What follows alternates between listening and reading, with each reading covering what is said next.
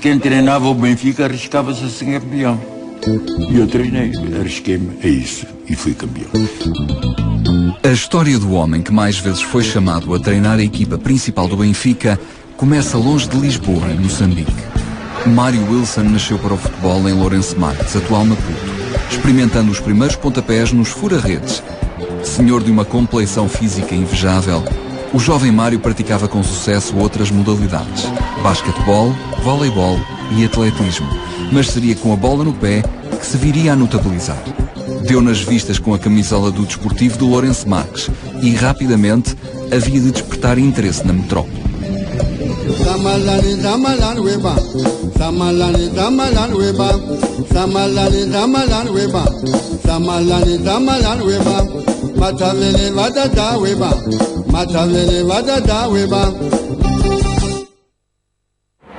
O caminho até ao Benfica seria longo.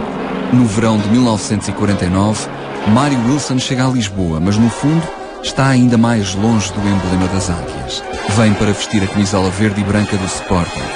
Wilson vinha rotulado de avançado centro goleador, substituto natural do recém-retirado Fernando Peiroteu. Na primeira época, encanta os adeptos, soma 23 golos e é o melhor marcador da equipa, só batido no campeonato pelos 28 remates certeiros do benfiquista Julinho. No ano seguinte, é campeão nacional. No entanto, torna-se presença irregular na equipa. Começava a perceber-se que Alvalade não era o verdadeiro destino do jovem moçambicano. Porque o futebol não era apaixonante, não era uma via vamos lá, de criar independências nessa altura. Não havia os Ronaldos, não se ganhava os ganhos, os Messi, os Figos e etc, etc. Naquela altura era só um período de passagem, de a gente se deliciar com a prática de futebol e pouco mais do que isso. A grande maioria dos jogadores desse tempo, depois de atingirem níveis fantásticos, às vezes em termos futebolísticos, automaticamente afundaram-se, praticamente muitos deles viveram na miséria. Portanto, havia necessidade, e os meus pais também pretendiam isso, que os filhos se formassem. E então os meus irmãos que estavam a estudar em Coimbra para se formarem, formaram-se em medicina, acabaram de se formar, também queriam que eu me formasse. A vida de Mário Wilson ia mudar radicalmente no verão de 1951. O jogador decide deixar o Sporting, iniciar uma formação superior na Universidade de Coimbra e ingressar na académica local. Mas se Wilson subia no mapa, descia na posição em campo. De avançado centro poderoso, mas de pouca técnica, passava à defesa central, onde as suas características inatas seriam devidamente potenciadas. Impetuoso no desarme, tremendo na marcação, transforma-se em voz de comando da Briosa. Coimbra ia tornar-se a cidade adotiva. A académica, uma paixão duradoura. Ali, subiu à seleção nacional e ganhou uma alcunha que se lhe colou à pele: o velho capitão. O Wilson também, o que é que lhe parece a académica nesta altura? Olha, tal qual disse o Sr. Biri, de facto a académica não atravessa o seu melhor momento. Todavia podemos pensar que isto é uma questão passageira. É uma questão de princípio de época. As coisas ainda não estão totalmente adaptáveis. Aliás, em Coimbra é sempre difícil o princípio de época e o fim de época, não é? Acredito sinceramente que isso de facto assim acontece. E há uma série de fatores que têm contribuído, essencialmente aqueles já apontados por Sr. Biri, que são sem dúvida bastante relevantes para que a equipe não tenha ainda estabilizado. No entanto, caso das esperanças de todos os clubes que realmente se encontram na nossa posição, podemos estar tranquilos, porque de facto há massa para isso, há compreensão, não há o mínimo de desmoralização. Ganho a alcunha de velho capitão é pela tradição do tempo. Eu continuei a ser capitão e como realmente houve facetas interessantes na académica, não é? E depois como treinador, tudo, e que automaticamente passei a ser o capitão, eternamente o capitão, e não quase nem era o Mário Wilson, nem a alcunha que me davam de Lourenço Marques, o Corina. Perdi tudo isso, tudo, e passei a ser o capitão, o velho capitão. Mesmo como treinador, continua a ser o capitão, o velho capitão. Era muito acarinhado. Aliás, toda a gente que falava na académica, na altura, na associação académica, associava a figura do meu pai. Eu digo isto com orgulho, como é óbvio, não é? Portanto, não é por acaso que a alcunha que ainda hoje o acompanha de capitão foi na Académica, porque realmente ele tinha esse perfil e era um líder. Era um líder e penso que era unanimemente aceito, não só pelos colegas, como pela própria cidade em si. Em 1963, depois de 12 épocas ao serviço da Académica, Mário Wilson dá por concluída uma notável carreira de jogador profissional. No entanto, o adeus a Coimbra seria breve.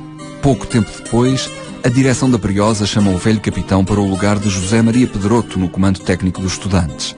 Começava aí uma guerra fria entre Wilson e o Zé de Boné, mas nascia um brilhante treinador. Na Académica constrói uma equipa que fica célebre na década de 60. Dá espetáculo, enche estádios e conquista até o respeito e a simpatia dos adeptos de outros clubes. Mário Wilson descobre talentos como o avançado de nome Artur Jorge, perdido nas camadas jovens do Futebol Clube do Porto. Até que em 1966-67 consegue o incrível. Leva a Académica ao segundo lugar do campeonato, à frente de Porto e Sporting, e a escassos 3 pontos do campeão Benfica. Em paralelo, é finalista vencido da Taça de Portugal. A Briosa tinha chegado ao topo, levada em ombros pelo Sr. Wilson. Foi uma taça que já não se usa, porque foi uma taça que realmente acabamos por fazer essa final, em que automaticamente, já com vários jogadores, os Campos, os Rochas e outros que tais, o Tony aparece e guinda-se a uma postura futebolística de belo nível, que era no fundo as suas potencialidades que ele tinha a esse respeito. E é justamente nessa final em que realmente, de forma muito especial, porque a final teve prolongamento, e depois do prolongamento, praticamente com a vitória de Setúbal, ainda mantinha-se o resultado indeciso, ainda sem realmente um vencedor. E depois de todo esse tempo de futebol, quem marcasse um golo terminava e ganhava-se o desafio. Recordo-me perfeitamente que nós fazemos uma avançada diabólica com os Tonis todos e com os Rochas, com os Campos e tudo isso, e o Rocha manda um remate fulminante, mas o remate fulminante bate na trave e não entra golo por um triz. No contra-ataque feito, o JJ, que era um esquerdino fabuloso, marca o tal golo depois de mais de 2 horas de futebol, como coisa. Ficamos de bestas, que se costuma dizer em termos futebolísticos, porque realmente tudo bem merecíamos de facto essa final e ter ganho, mas o acidente aconteceu nessa altura e o Vitória de Setúbal foi campeão. Foi campeão, não, vencedor da taça. Realmente era uma equipa, conseguiu reunir um naipe de jogadores, um leque de jogadores fabulosos. A Académica na altura ficou em segundo lugar, foi à final, também foi finalista da taça, de uma taça também com o Vitória de Setúbal, que se prolongou, como se costuma dizer, um espetáculo, mas para voltar ao campeonato, nessa altura a equipa da Académica, não sei se não teria, portanto, ganho o campeonato se não fosse um senhor chamado Eusébio também. O meu período como treinador de futebol da Académica foi registado sem vaidade de qualquer espécie. Naturalmente foram os melhores anos da Académica como treinador. Não posso deixar de dizer que eu tenho 2 amores, até parece que já sou o Marco Paulo a cantar, mas tenho de facto esses 2 amores. Académica de um espírito completamente diferente, e o amor de capitão que intimamente relacionado com Benfica. E este Benfica é de berço. À 10ª jornada do Nacional 68-69, chegava ao fim o casamento de Mário Wilson com a Académica. Ia começar agora um longo périplo pelos emblemas nacionais, e as 4 breves semanas que passou no desemprego atestavam bem da reputação que já granjeara. Na ronda 14, assume o comando do Belenenses, conquistando a taça da Associação de Futebol de Lisboa. No final de 70-71 chega ao Tirsense a tempo de realizar o milagre da manutenção. Depois, viriam 4 anos ao serviço do Vitória de Guimarães, uma vez mais marcados pela sua imagem de marca, a aposta em novos talentos e a imposição de um futebol curto, apoiado de ataque.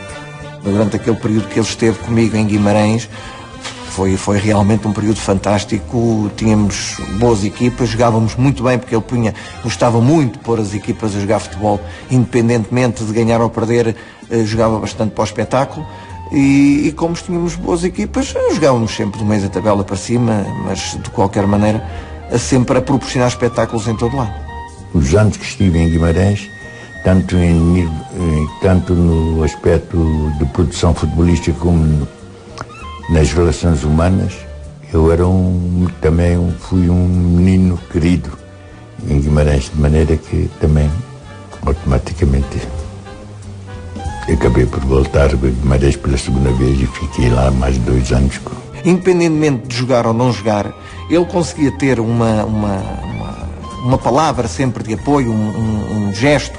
Não era só dentro do campo, não era só o treino, não era só a tática, não era só o sistema, não era só pôr a equipa a jogar, era a maneira como falava com os jogadores, como falava coletivamente, como falava individualmente, quando chamava, quando sentia que as coisas não estavam a correr tão bem, ou se estivessem a correr bem, não deixava também de ter uma conversa, não só para manter isso, mas para chamar a atenção para outro tipo de coisas que poderiam acontecer a seguir.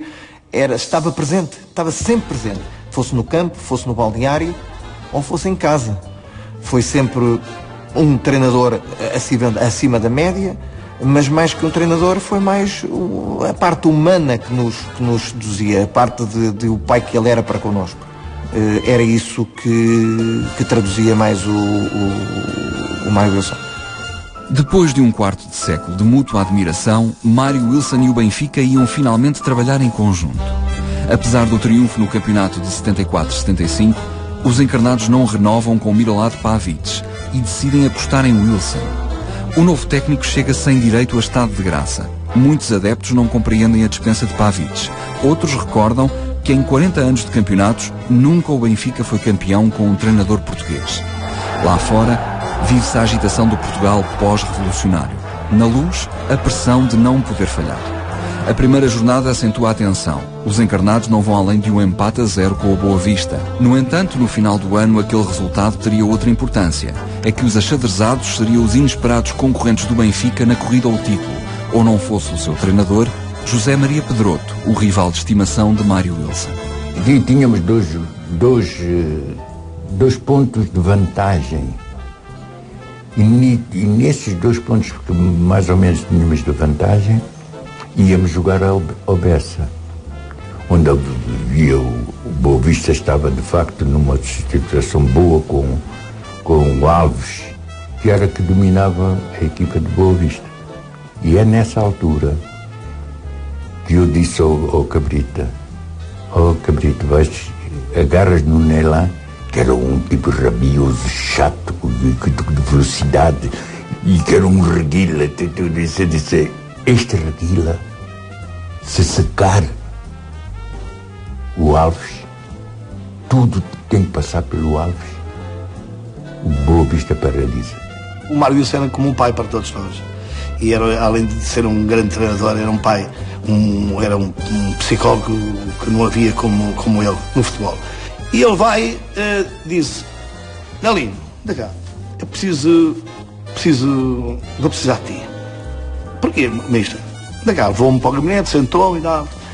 Vou-te, se calhar, por aí numa missão secreta. Uma missão secreta. Eu disse, a missão, tu eras capaz de fazer? A missão secreta, eu pensava que ia ser algum detetive. Mas o quê? Disse, diga lá. Epá, vais ver o Alves a jogar. Vais ver. Eu disse, porquê, mister? Vais ver. Vais marcá-lo, se calhar, em cima. E fui ver o Alves jogar. Contra o Leixões. Deram 6. E o homem marcou 2 ou 3 golos também. Ele chega à casa, o Mário Wilson estava com medo. Eu assim, então, Nelinho,